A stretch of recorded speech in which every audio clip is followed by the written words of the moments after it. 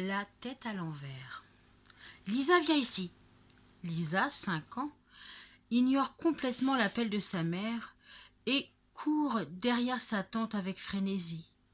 Lisa ne veut pas que sa tante Madeleine la quitte. Lisa a besoin d'elle, de ses éclats de rire, de sa tendresse, des histoires qu'elle raconte, de son parfum de fleurs, de ses bras ronds et doux qui l'ont toujours bercée. « Lisa, tu seras punie si tu n'obéis pas !» Le ton de la mère est glacial, mauvais. Elle se tient sur le pas de la porte de la maison, en robe grise, cheveux ternes, immobile comme une statue de l'autorité bafouée. À quelques mètres sur le trottoir, sa sœur s'est arrêtée, lumineuse, souriante, bras ouverts en direction de l'enfant qui court vers elle. « Lisa, ma douceur, ne fâche pas ta maman. Il faut rentrer à la maison. Je ne peux pas t'emmener avec moi. Tu sais, je vais au bout du monde, de l'autre côté, là où les petites filles marchent à l'envers. » Les deux sœurs n'ont rien en commun, rien de rien, sauf Lisa, que l'une aime et l'autre pas. Et celle qui aime n'est pas celle que l'on croit. Comment une mère peut-elle refuser d'aimer son enfant?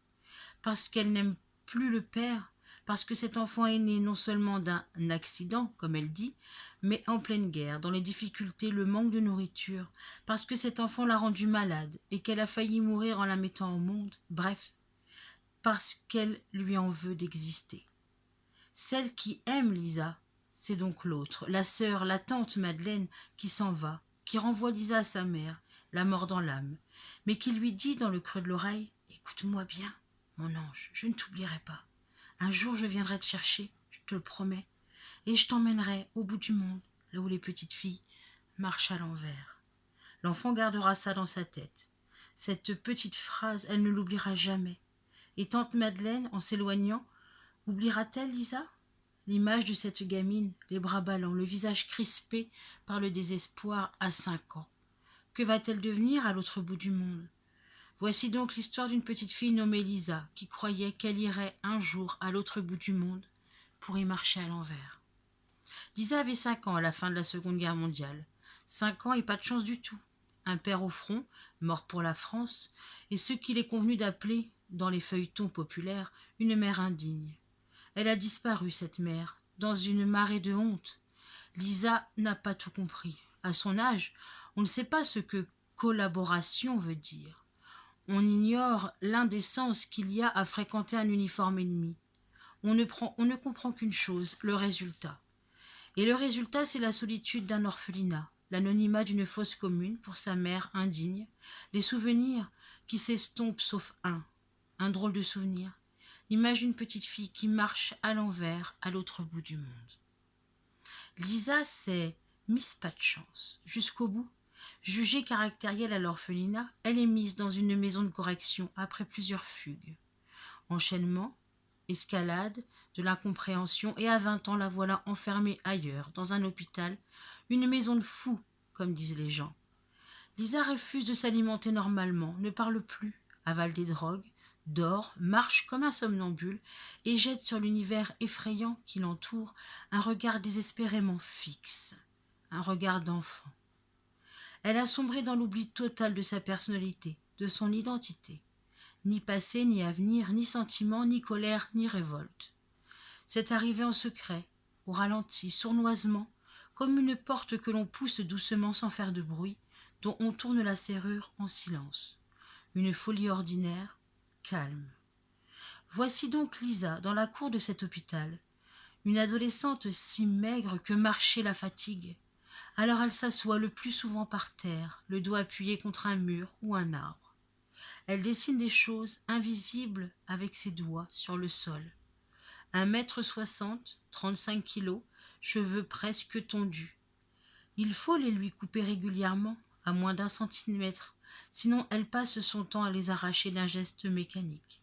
Un souvenir enfoui de son passé et qu'elle ne peut traduire qu'ainsi, la tourmente.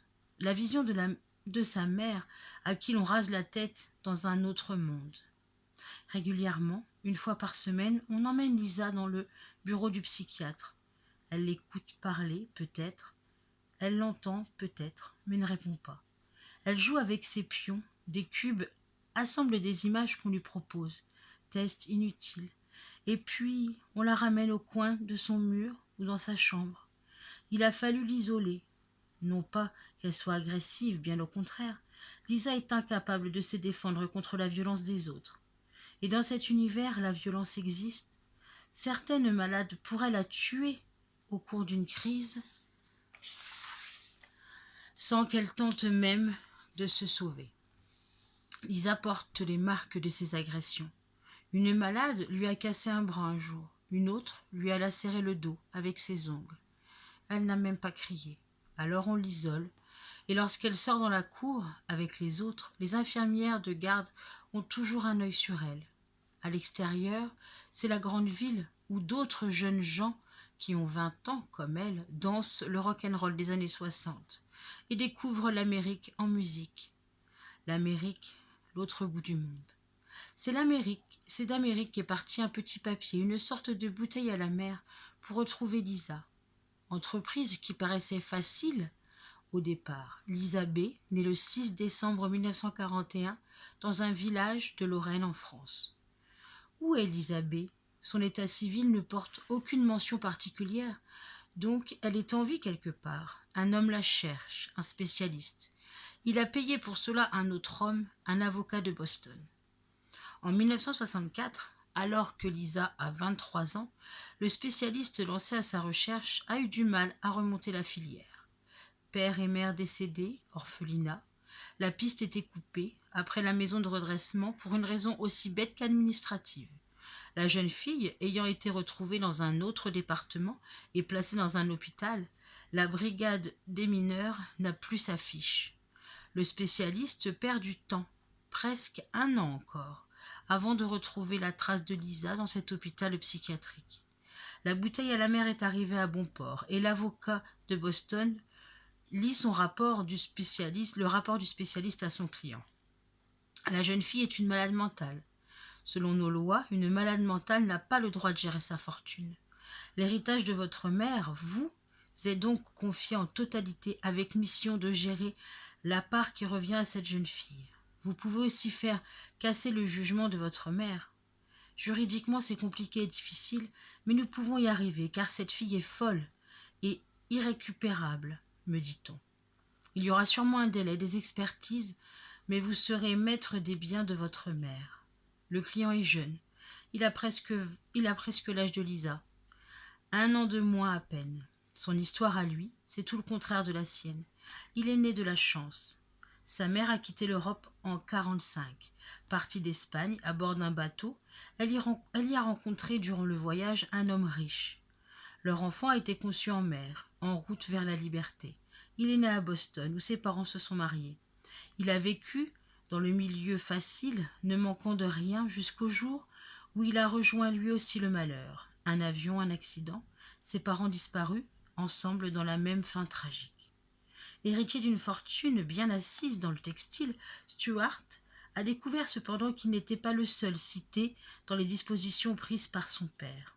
Une part importante de l'héritage revenait à sa mère en cas de décès prématuré du père, et en cas de décès de sa mère, avec l'accord des 2 testataires, cette part revenait à une inconnue, Lisa B., une sorte de cousine française. Que représente-t-elle pour Stuart? L'avocat chargé de ses affaires pense qu'elle ne représente rien, d'autant plus qu'elle est folle. Stuart le détrompe. Je ne ferai rien pour changer le testament. Débrouillez-vous pour faire venir la jeune fille aux États-Unis. Vous avez l'intention de vous charger d'elle? C'est insensé, voyons. Ce n'est que la nièce de votre mère, donc ma cousine.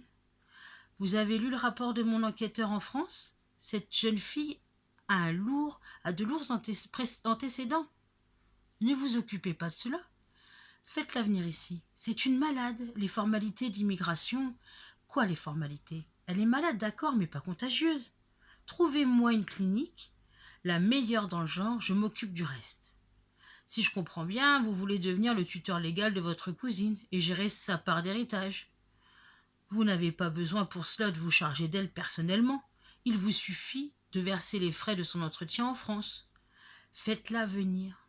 Si je dois gérer sa part, je le ferai jusqu'à sa guérison. J'ai mes raisons. Ce sont celles de ma mère. Ce sera compliqué, mais non. Et ne lui faites pas perdre de temps, elle en a sûrement perdu assez comme ça. C'est ainsi qu'un jour de mai 1965, un avion a décollé de Marseille, France, avec une jeune fille sur une civière accompagnée d'une garde venue spécialement de Boston pour l'escorter. Escale à Paris, puis vol direct sur Boston. Une fois arrivée, une ambulance privée les attendait. Elle a conduit Lisa à sa garde personnelle dans une grande maison calme, entourée d'un parc et réservée à une clientèle triée sur le volet. Chambre particulière, salle de bain particulière, assumée par le cousin très particulier de Lisa B. La suite, elle est particulière, elle aussi. Changement de décor, mais pas de personnage. Stewart rend visite pour la première fois à Lisa, sa cousine de France, co-héritière avec lui d'une solide fortune bostonienne, ancienne et inébranlable. Stewart a appris le français avec sa mère d'abord, à l'université ensuite. Son accent est correct, mais il ne lui sert à rien. Lisa n'a aucune réaction. Son petit visage triangulaire, si pâle, si maigre, fait peur. Ce regard bleu et fixe fait peur. Il fait d'autant plus peur à Stewart que Lisa ressemble à sa propre mère. Cela n'a rien d'anormal, une nièce peut ressembler à sa tante. Et la ressemblance serait encore plus précise si la malheureuse était dans un état normal.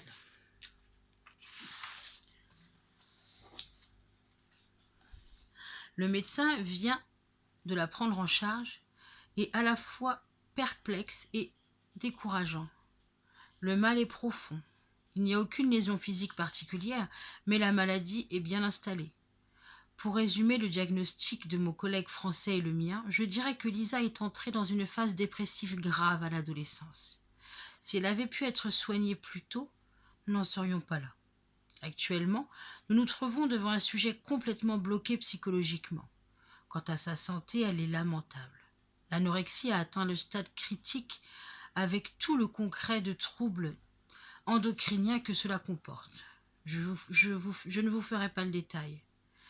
Vous pouvez la sortir de là ? Je l'ignore. Mais vous dites qu'elle n'est pas folle, enfin, pas vraiment folle, c'est plus compliqué. Faites tout ce que vous pouvez, tentez toutes les méthodes, consultez tous vos confrères. Ça prendra du temps de toute façon. Améliorer sa santé d'un point de vue purement physique, nous y arriverons. Pour le reste, il nous manque l'essentiel. De quoi voulez-vous parler ? Un repère affectif ? Pour elle dans son passé ?